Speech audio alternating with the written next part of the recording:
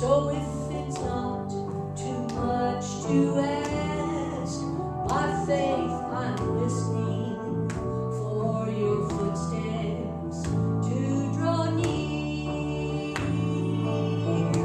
If you will just walk by, I know I could touch you. Just one precious touch and everything's alright. Just like the woman in the crowd, with all my strength I'm reaching out. I'll stand by faith and I will wait till you walk by. There are times in the night when I think I can't go on. Oh, I look up to see your face. It's not there. And though you said you'd never leave, I find myself asking, please come here, be real to me.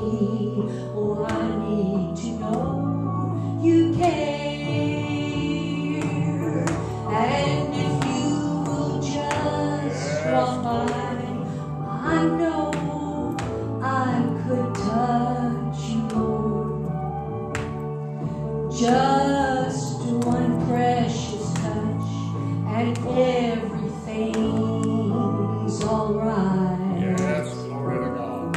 Oh, like that little woman in that crowd, with all my strength I'm reaching out.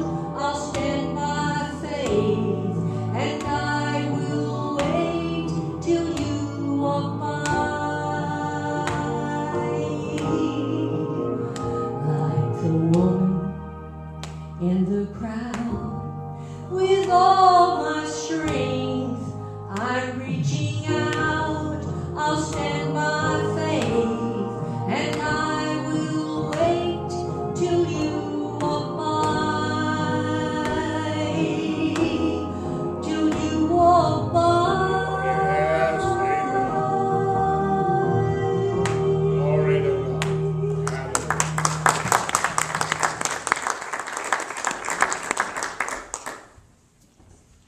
Do we have any other specials this morning? Before we turn our service over to Brother Wayne, do we have any testimonies?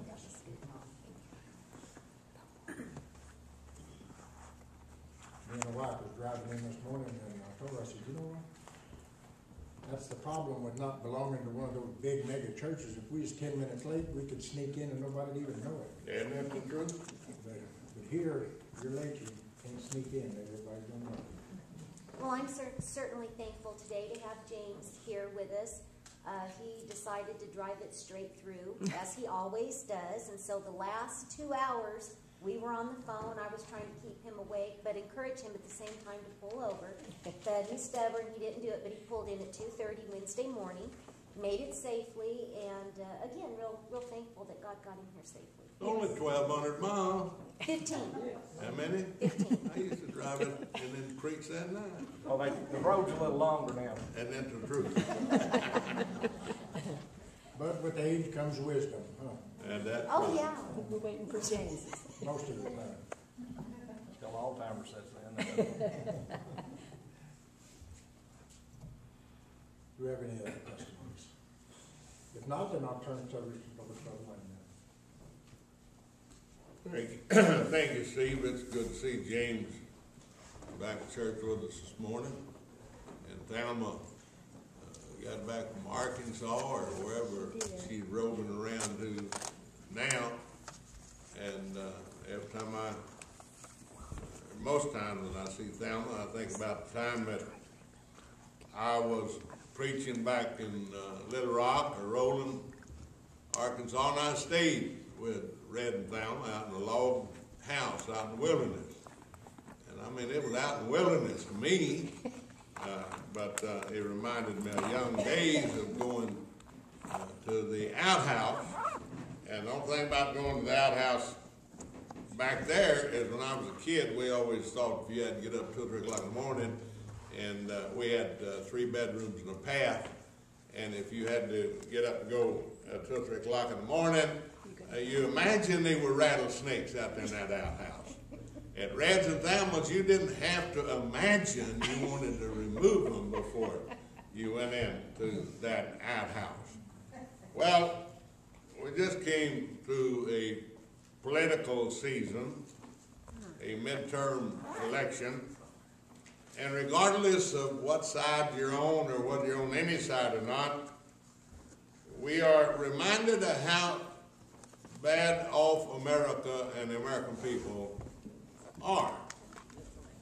And we're going to discuss that this morning and what we have lost and how we can regain it. Our president is on excursion over in India, my boo, and he is attempting to get them to help us out. Help us. We need help. China, Russia. It won't be long before we'll have hat in hand bagging over at Castro's door. There's a reason for it. It's because that we Americans have lost our way. I'm not talking about people up in the White House and the Senate and the Congress or Sacramento. I'm talking about we as individuals have lost our way. I want to read an article, and it's a little long, but it has great meaning. The year that is drawing towards its close has been filled with the blessings of fruitful fields and helpful skies. To these bounties, which are so constantly enjoyed that we are prone to forget the source from which they come, others have been added which are of so extraordinarily a nature that they cannot fail to penetrate and soften even a heart which is habitually insensitive to the ever-watchful providence of Almighty God. In the midst of a civil war of unequal magnitude and severity, which is sometimes seen to foreign states to invite and to provoke the aggression, peace has been preserved with all nations. Order has been maintained, the laws have been respected and obeyed, and harmony has prevailed everywhere except in the theater of military conflict, while that theater had been greatly contracted by the advancing armies and navies of the Union. Needful diversions of wealth and of strength from the fields of peaceful industry to the national defense have not arrested the plow, the shuttle, or the ship. The axe has enlarged the borders of our settlements, and the mines, as well as iron and coal of the precious metals, have yielded even more abundantly than heretofore.